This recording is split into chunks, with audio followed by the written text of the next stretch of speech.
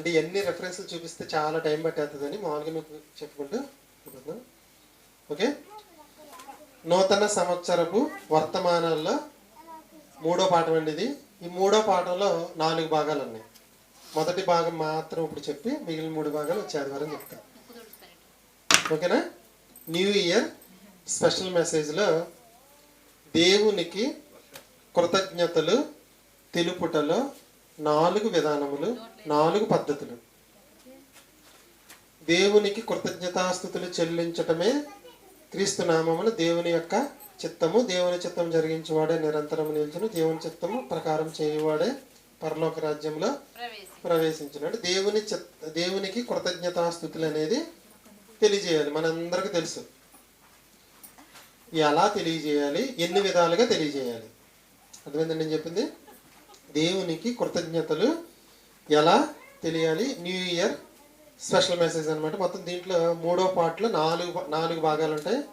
అంటే దేవునికి కృతజ్ఞతలు తెలుపుటలో 4 విధానాలు ఉన్నాయి. మొదటి విధానం ఈరోజు చెప్తాను. కృతజ్ఞత అనేది ఎప్పుడు చెప్తామండి మనం? జరగకుండా చెప్తాం. ఎవరికన్నా చెప్పం కదా? సరే, ఇదే మాట మీద ఉండండి. పాఠం అయిన తర్వాత మీరే మాట్లాడతారు. కృతజ్ఞత ఎప్పుడు చెప్తాము? పని అయిపోయిన తర్వాత, ఫలాన్ని పొందిన తర్వాత చెప్తాం. ఓకేనా? ఇదే మాట మీద ఉండండి. పాఠం వినండి జాగ్రత్తగా. కృతజ్ఞత అనే దానికి చిన్నగా పరిచయం చెప్తాను.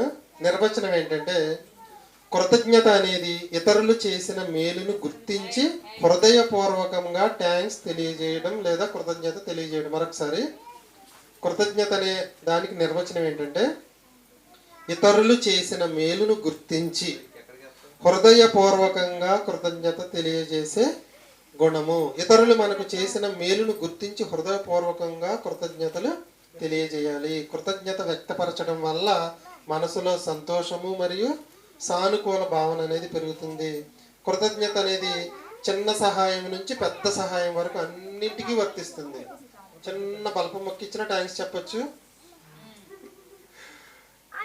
పెద్ద గిఫ్ట్ ఇచ్చినా థ్యాంక్స్ చెప్పచ్చు. రెండింటికి ఒకటే మాట. అవునా? కృతజ్ఞత అనేది చిన్న సహాయం నుంచి పెద్ద సహాయం వరకు అన్నింటికీ వర్తిస్తుంది. కృతజ్ఞతా భావం ఉన్న వ్యక్తి జీవితంలో ఎల్లప్పుడూ ఆనందముగా మరియు సంతృప్తిగా ఉంటాడు. ఇది పరిచయం కృతజ్ఞతకు సంబంధించి. అర్థమైందని కృతజ్ఞత అంటే ఏంటో? కృతజ్ఞత అనేది ఇతరులు చేసిన మేలుని గుర్తించి హృదయపూర్వకంగా కృతజ్ఞత తెలియచేసే గుణము. ఓకేనా? పార్ట్ 1. కృతజ్ఞత ఎవరి ద్వారా తెలియజేయాలి. ఇది మీకు తెలిసిన దాన్ని కొంచెం చెప్పి తెలియదని చెప్పుకొస్తా. కృతజ్ఞత అనేది ఎవరి ద్వారా తెలియజేయాలి. 1వ దినవృత్తాంతాల గ్రంథం 16:8 ప్రకారం యెహోవాకు కృతజ్ఞతాస్తుతులు చెల్లించుడి. కీర్తన గ్రంథం 105 ప్రకారం యెహోవాకు కృతజ్ఞతాస్తుతులు చెల్లించుడి. రోమీయులకు రాసిన పత్రిక 1:8 ప్రకారం యేసుక్రీస్తు ద్వారా దేవునికి కృతజ్ఞతాస్తుతులు చెల్లించాలి. ఎఫ్సీలకు రాసిన పత్రిక 5:20 ప్రకారం తండ్రి అయిన దేవునికి ఎల్లప్పుడూ కృతజ్ఞతాస్తుతులు చెల్లించాలి. కొలసీలకు రాసిన పత్రిక 3:17 ప్రకారం మీరేమి చేసినాను యేసుక్రీస్తు ద్వారా తండ్రి అయిన దేవునికి కృతజ్ఞతాస్తుతులు చెల్లించాలి. ఈ వచనం తీయాలని తప్పదు. 1వ తెస్సలోనికీయులకు రాసిన పత్రిక 5:18. ఎందుకంటే మనకి ఎగ్జామ్లో ఉంది. ఇది వస్తే రావచ్చు అనుకుంటా. తెస్సలోనికీయులకు రాసిన మొదటి పత్రిక. తల్లి మొక్కలు పొడిచేసి చీల్చేస్తున్నారు. రే రే రే రే రే ఎంతో కష్టపడి పెట్టాను. మా సత్యగాడు ఇంటికాడ చీల్చాడు, ఇక్కడ చీల్చేస్తున్నాడు. పెన్సిల్ దాంట్లో గుచ్చి అలా అవుతున్నారు ఇద్దరు. తెస్సలోనికీయులకు రాసిన మొదటి పత్రిక 5:18. గుర్తుంచుకోండి. ప్రతి విషయమునందు కృతజ్ఞతాస్తుతులు చెల్లించుడి. ఎవరికంటే? దేవునికి.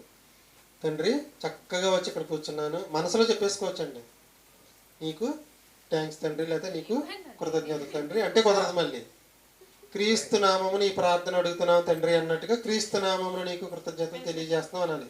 అరే మన అడిగా ఇదే నువ్వు క్రీస్తు నామాన్ని ఈ ప్రార్థన అడుగుతున్నావు తండ్రి అన్నట్లుగా క్రీస్తు నామమును ఈ కృతజ్ఞతలు నీకు తెలియజేస్తున్నావు అనే మాట మనం వాడాలి. వాడకపోతే మాత్రం ఈ కృతజ్ఞత అనేది దేవునికి చెల్లదు. కృతజ్ఞత చెప్పేటప్పుడు క్రీస్తు నామమును నీకు కృతజ్ఞతలు తెలియజేస్తున్నావు అనే మాట వాడాలి. ఇక్కడ వరకు మీ అందరికి కూడా 90% తెలిసిందే. మేలు జరిగిన తర్వాత కృతజ్ఞతలు తెలియజేయడం. కృతజ్ఞత అనేది తెలుగు పదం, ఇంగ్లీష్లో థ్యాంక్స్ అనేది ఇంగ్లీష్ పదం. జరిగిన మేలు జరిగిన తర్వాత కృతజ్ఞతలు తెలియజేయడం అని మనం ఇప్పటివరకు నేర్చుకున్నాము. పార్ట్ 1 ఏంటంటే మొదటి విధానంలో కృతజ్ఞత.